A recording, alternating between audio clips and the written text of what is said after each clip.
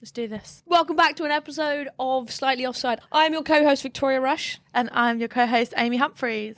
Life's good. Obviously, I got puppy now, so life has been pretty hectic with the pup, but I'm loving it. She's called Nelly. She has Instagram, so... As a plug, straight off the bat. We're not even a minute into this. Nice. Yeah, she has Instagram. We're trying to get her some pup influence deals, you know. Amy is constantly on the social media train. There's me, I can barely remember to post things. Yeah. Oh, no. I am that friend, to be fair, that will make sure to capture everything so you don't have to, you know? Like, people get annoyed. Like, for example, my partner Rob will get annoyed if we're on holiday and I want to film everything. But then when we come home and we've got a lovely montage of the holiday, he's not so annoyed anymore. And I'm like, look, that's why I do it. Capture the memories. Sure. But when we go on holiday together, I have to capture you. I feel like you're getting better at it yourself, though, since the World Cup. You know, you've learned how to do the 0.5 selfie video. Thanks for that. I feel like a mum. Like, I'm not that much older than you. We need you, though, for the experience and the knowledge. Like, I just talk shit and make memes. I fell down a flight of stairs in Paris when I was drunk and hurt myself so badly. I still can't walk. I definitely have the two. You have like a professional you and then like the real you. How's life for you though, Vic? It's good. I haven't really sat still. Standard. I moved back to London in February. It was really quiet for a few weeks. And I was like, oh, how boring. I'd been at home for maybe like 4 or 6 months. Then suddenly just took off from basically the Champs Cup final in Dublin until the end of Dubai Sevens. I didn't stop moving. So yeah, I'm not complaining because I feel like I'm living my absolute best life at the moment. Exactly. I've done some silly things in the process. There's definitely some things I have learnt from. That's how I put it. Things I would probably go back and undo. But... Like, no, there are some things I just won't ever share, and everyone involved, if they do listen, will know exactly what I'm talking about. But other than that, yeah, look, I'm just having so much fun with rugby, and I feel like I'm going to hang on to that as long as possible because I probably need to be a bit more of a grown up soon. But I actually have battled between, I need to like chill and like I'm going to get burnt out and I'm going to like crash mentally, physically, and then the other part of me is like, Amy, like, you're literally doing the thing that you love, like take every opportunity and run with it. But it's a hard balance, right? I'm definitely in the mindset of go for it at the moment. Well, I came back from my holiday. I went on a holiday to Melbourne and I've had a twitch in my eye ever since. Like from, I think just like pure exhaustion. Yeah. It's been... 6 months? It's a nerve thing, isn't it? I think it's a tired thing. Yeah, I feel I spoke to my mum about it. She was like, oh, I had one of those in my 30s. It took about 6 years to go away. Sleep when you're dead. Which is getting ever closer if I don't sleep soon. But closer for you than me. No, joking.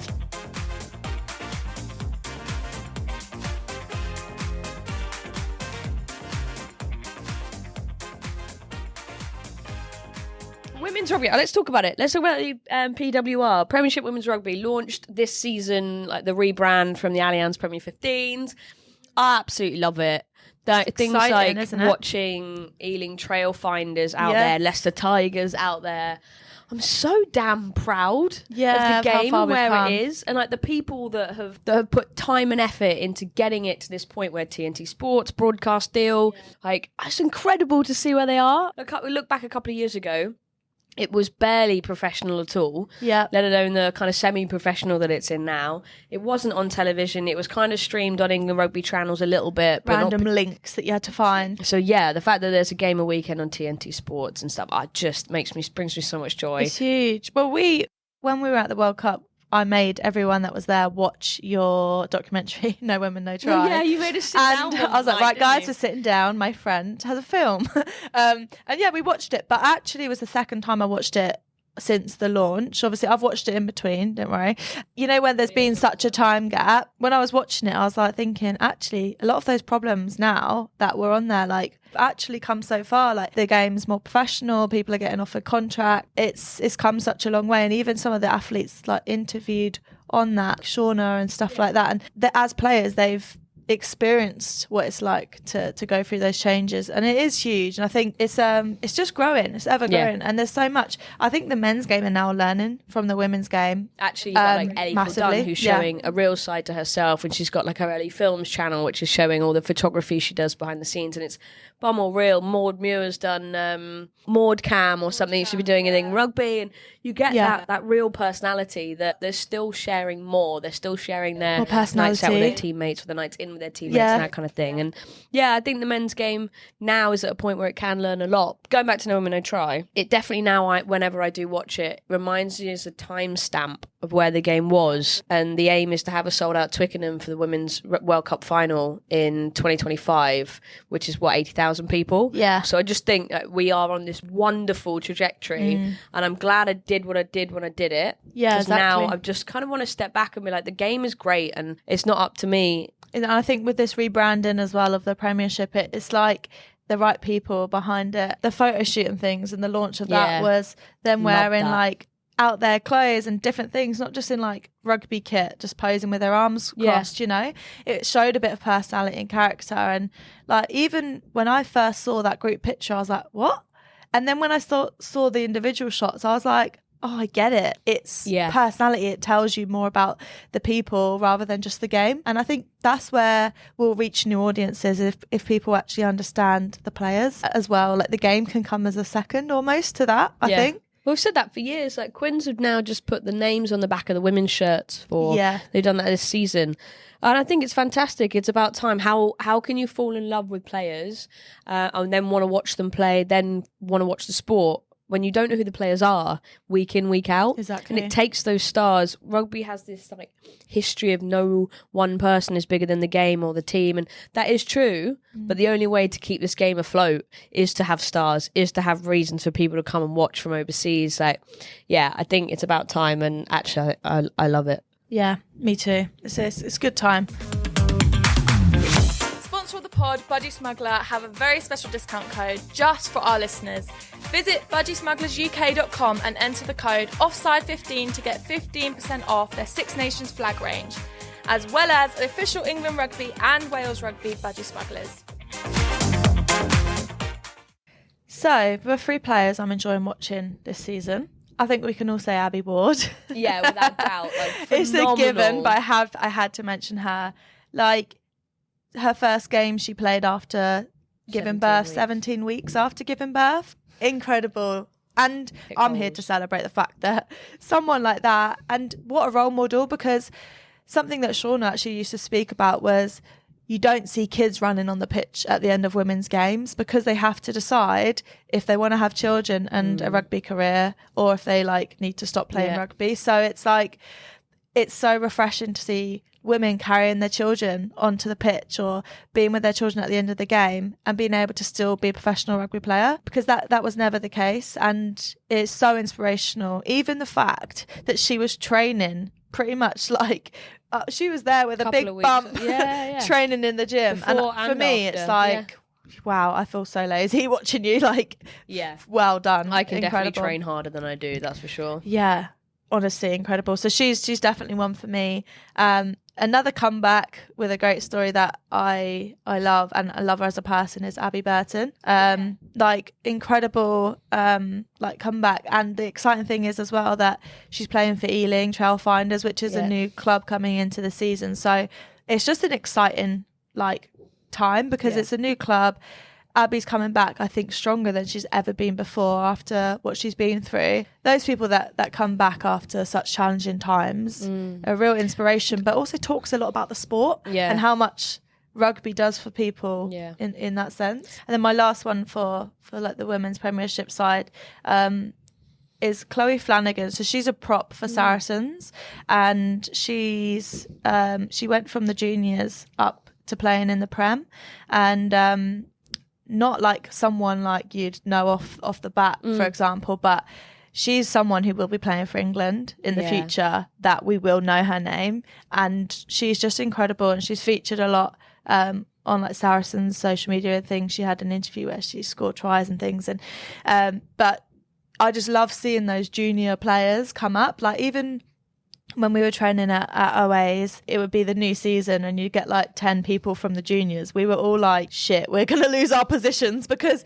the young people coming through have so much energy and they're fearless. They're absolutely fearless. And this is what that Chloe's like. So I wanted to give her a little shout out. She deserves it. And there's other young girls within Saracens that are really coming up strong. And to be fair, you're seeing it a lot, the academy players coming in, and they're like your future internationals. So I always think it's so good to keep an eye on them. I would add to that list Meg Jones. Oh, really excited to she's see her at moved from the Tigers. sevens Yeah, she's team. come from sevens into 15s. She's been playing England 15s as well in the opening of the WXV. I'm just really keen to see where she ends up going now. I thought she was great before. She's obviously been leaning into sevens a lot. She's a sevens player anyway. Yeah, so for me, if I'm watching any other player out there, Great it's shout. what happens for Meg Jones and Leicester Tigers this season. Do you know she's a really like funny girl? Yeah, as she well? is. Yeah, she is. I actually think she's the personality that England rugby really, the Red Roses really 100%. need, because she's not like anybody else. A lot like Ellie Kildan again. Yeah.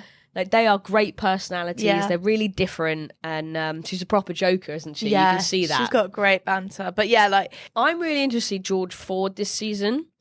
So the dropkick champ. yeah, that was mental, wasn't it?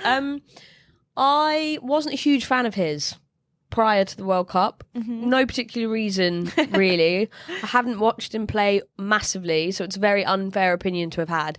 And I'm also a Quins fan, so obviously rate Smith. Anyway, after the World Cup, watching the way he controlled that Argentina game, 14 players, I just thought, actually, there's something in this that I've never paid attention to before. And the Prem Rugby documentary, Mud, Sweat and Tears, massively focuses on Sale and their head coach and kind of playing for the North in Manchester. And something about that really clicked for me. So I'm really, even though he's not like maybe a new player or a fresh face, I'm actually really interested to see how he plays this season and where Sharks end up because of it. Like, the Prem final was great last season with Sharks and Saris. I mostly remember the game.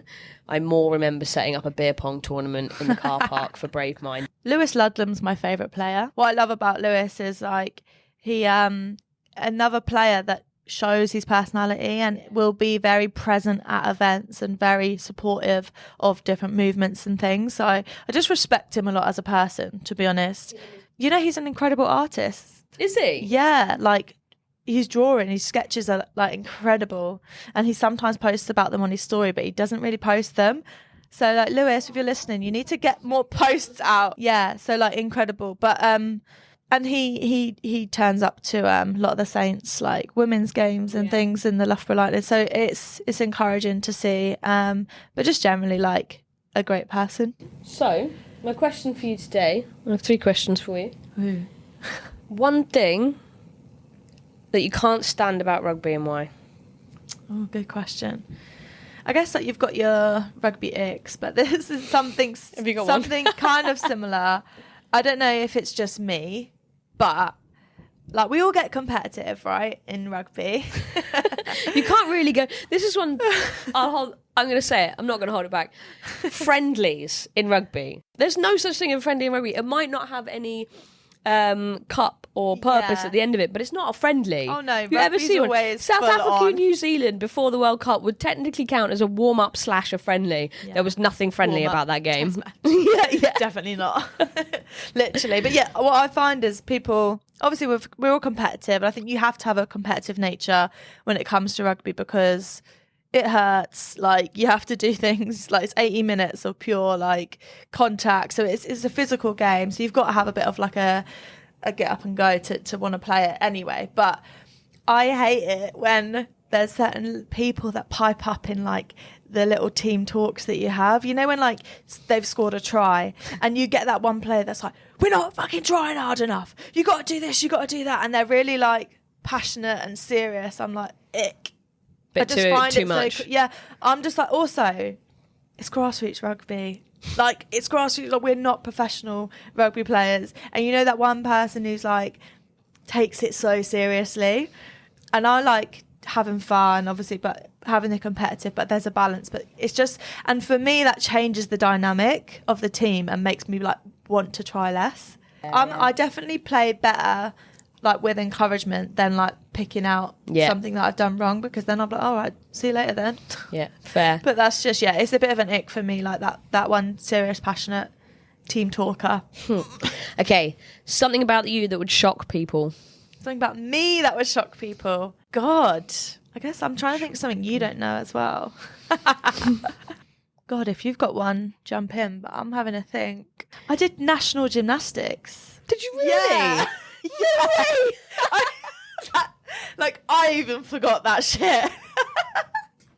I did gymnastics from 5 years old till I was 16. I did national tumble, National tumble. Oh, tumble, like the long bouncy track. Heather bouncy track. What a solid description. Like Heather Cow.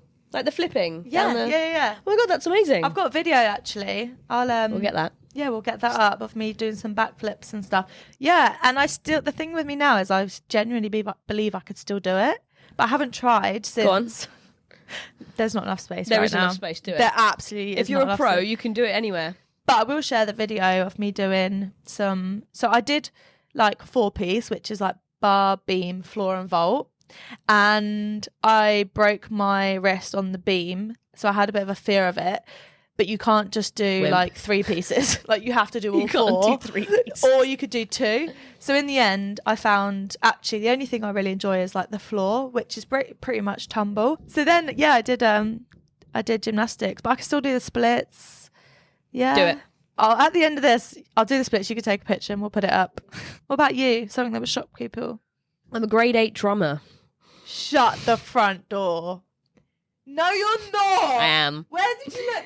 You're not. I am. I did it at school. Grade 8. I'm a proper dork. Wait, how do you... What? What made you pick up the drum? I don't know.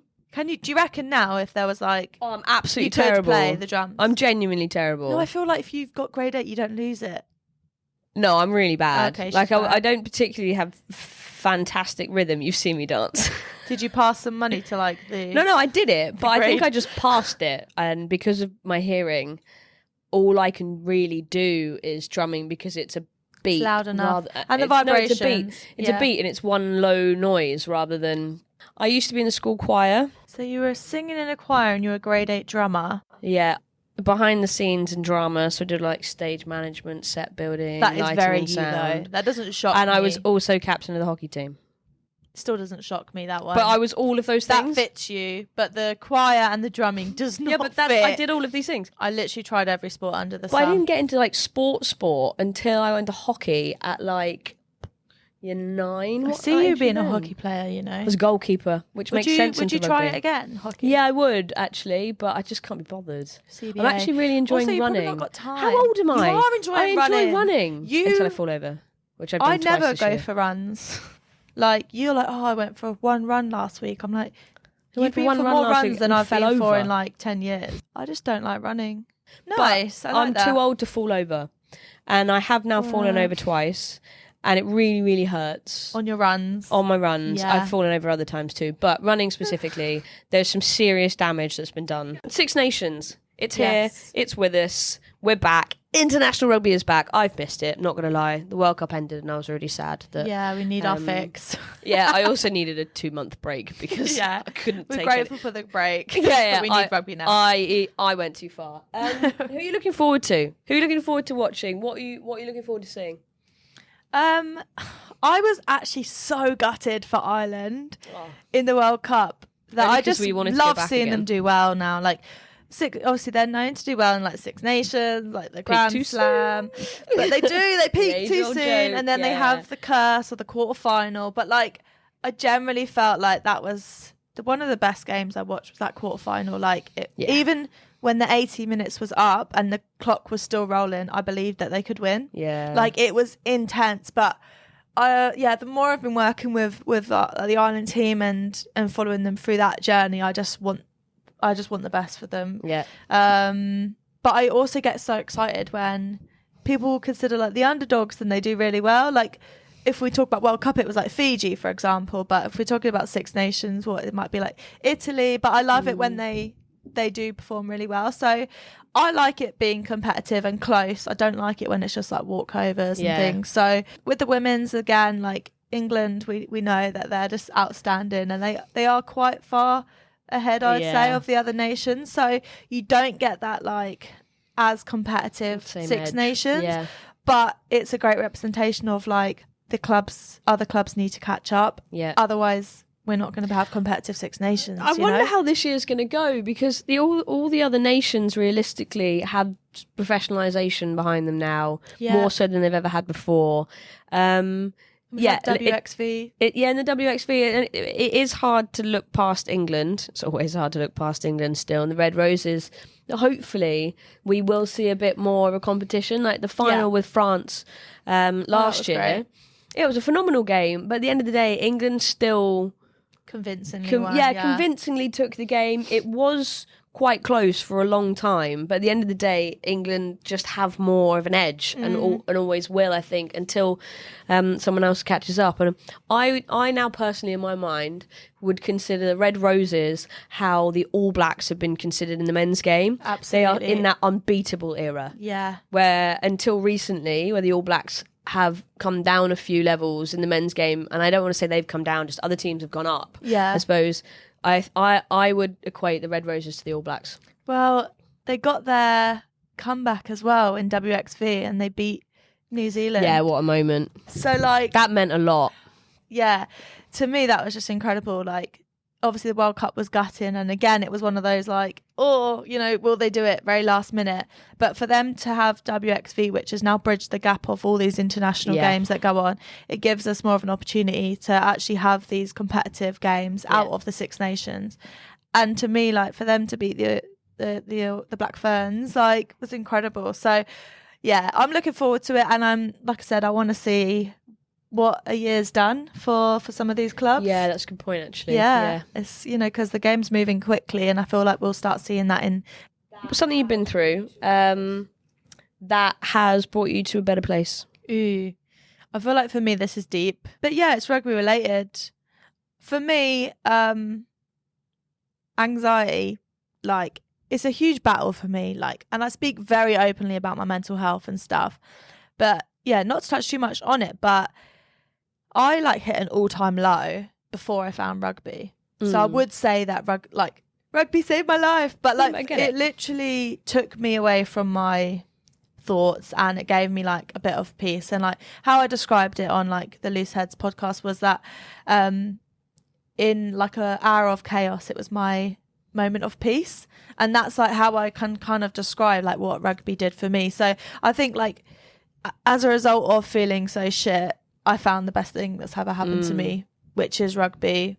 And then as a result of that, like I start making TikToks, and now it's my job. To me, I will never ever get over that. I'll never get over that. It's normal for me to like just talk about rugby every day and make videos. And would you say you've made some of like your best memories this year? Is that because you're in them? Yeah. That's all that. Yeah, that was so fishing. Yeah. Tell me you love me. I would say in the last 12 months, I've made genuine core memories. Yeah. And you can't knock that. Story time. We are going to jump to a famous person's story or a professional story in the rugby world. So, butt clenching moment of the week. We have some grassroots stories out there from you all again. So thank you very much for sending your stories in, because it makes my day. Keeps us laughing, doesn't it? Yeah, it does. Amy so has funny. these stories from you guys. Very short and sweet, but like to the point. Coach banned for sleeping with too many girls. Full stop. Just if you're That's not great though, is it? Like, but also like coaches might sleep with someone on the team, right? But too many people on the team, multiple people on the team. What? Like, also just a bit creepy, no? We've even got a friend.